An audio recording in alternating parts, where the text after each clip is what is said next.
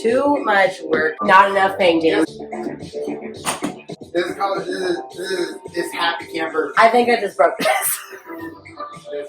Hi, fancy meeting you here. So I'm Sydney. I am a painter. I use acrylic and a bunch of mixed media on generally what is a canvas. I like to experiment about what I paint on sometimes. I am so tickled that I not only get to be a part of First Friday this month, but I'm also stoked that I get to be able to meet up with all of y'all today. And super honored that I get to showcase a little bit of what I absolutely love to do. Since all this craziness that's been going on, this is such a cool opportunity to be able to still connect. So why don't you follow me and we'll make some magic happen.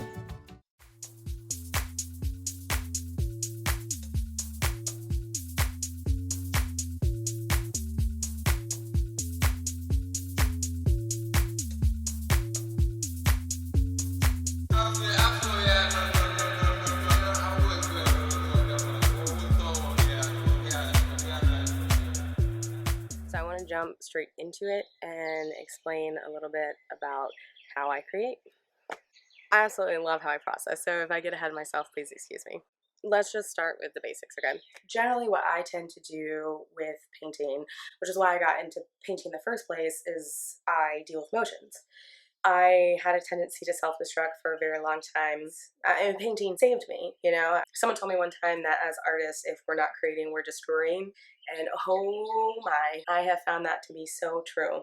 Then at a certain point in time, there was one particular painting where I was so flooded by emotions, so controlled by my emotions that I started ripping up t-shirts from this relationship I had had and photos and all these things and put them on the canvas because I didn't want to deal with them, you know, and that kind of led to how I process through things. So say there's an emotion I want to work through or something's overwhelming and I need to paint. I'm like, okay, cool. What I'll generally do first is be controlled by my emotions. Step 2, figure out what memory, what person, what event, what emotion I want to express or I want to work through. I guess step 3 would be to pick the items I want to collage with. For example, you could use photos and journal entries, birthday cards, clothes, anything. I mean, you can put anything on canvas within reason. A lot of things come up during this point in time, and half the part of this picking is the second part of my processing.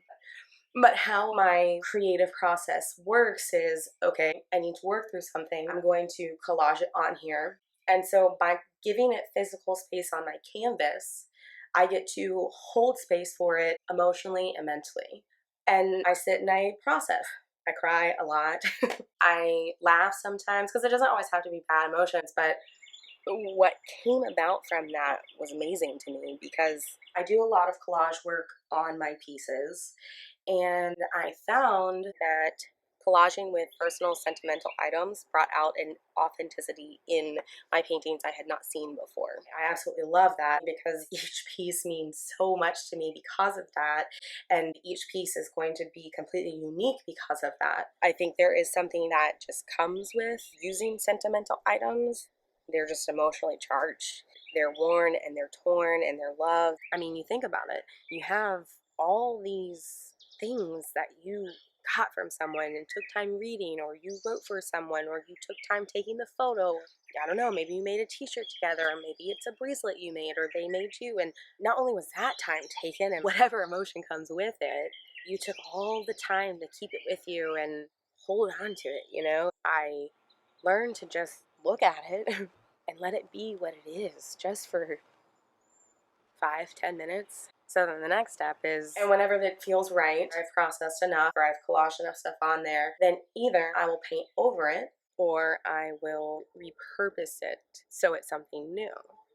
By doing that last step, I learned to let it go or let pieces of it go. I learned to not let my emotions control me, to say, hey, that's okay the way it is. Look how much more awesome it can be, you know? So basically, my painting process is how I process. You cannot do one and not do the other. They go hand in hand for me. What's interesting about it as well, though, is a little bit more about how I layer. Is I always generally start with that first layer being the most personal things that I may or may not want people to really see, you know. And those will be like the journal entries, more personal photos, things that I know I'm going to eventually paint over. And then with each layer that I build, gradually lessen that. I will do just some hand painting on top of it and then collage another layer. I may add some personal items this time, but then I may also add stuff from a poetry book that I found or a photo that it's one that I took at a museum or something. Then there are other items that are newer and that are I definitely bought at the store I want to use, like flowers, little mirrors, buttons, or whatever it is. And then I just kind of build on top of that to where it does look new. I start with the weighted items first for a reason, because when you give the foundation with something of substance and you build on top of that, your eye is automatically going to go to the new, shinier things because that's what attracts you. They're meant to stand out, you know? What I watch people do and what I catch myself doing is you get caught and then you kind of take a step forward and then you kind of see something in the next layer that isn't as new, but you're kind of like, what is that? And then you keep going down rabbit holes, you know? It starts to bring you in. And I watch people do this, get closer to the paintings. It's like it has its own gravitational pull to it because there's so much weight pulling it down. But that's its purpose, you know? That's what the collage items do. They're a lot of fun to make, a lot of fun to share with people. So either way, that is the basics of my creative process. How I process in painting is the most healing and self-validating gift that I've ever been given. And it was through finding this creative process that I've learned to create instead of destroy. They're awesome. So, now that I've talked your ear off, I'm going to do a little less talking and a little bit more painting. Let's make some magic. Yup, there's bug.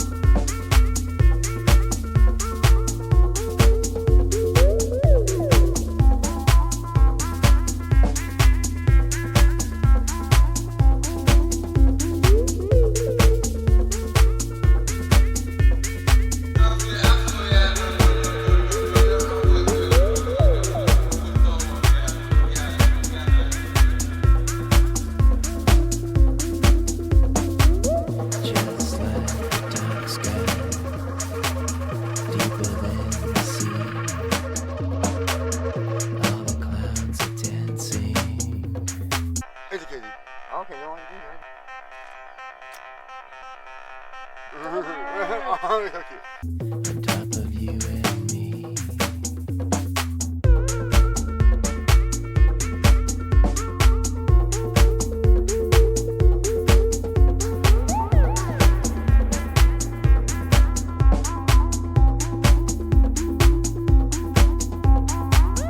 Dirty stars and raining. Don't be bitter. More glitter. As far as you can see, and all the clouds keep dancing on top of you and me. You're sitting on top of the world, on top of the world.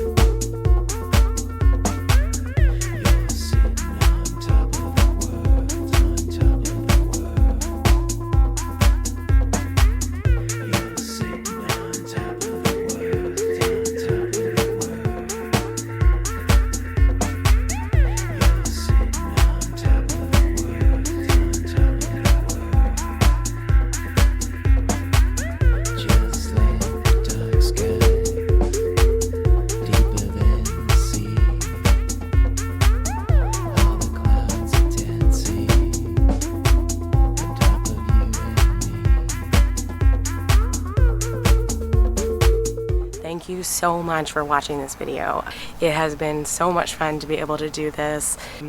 I've had to test myself a little bit to be able to talk to you and jump in front of the camera and say that this has been such a huge blessing, and also honestly a anxiety-provoking experience to try and explain such a emotional and personal side of what makes me me. My painting and how I paint does tell a little bit of my story, and by watching me actually paint, you can kind of start to see the painting starts to build upon itself and understand how the fear of not being enough, and see how it spirals in, really connect how I build and layer my pieces.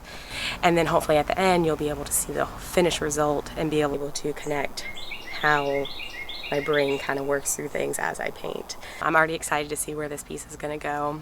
I hope you enjoyed watching my process, or at least that this video gave you a little bit of light into why maybe someone paints.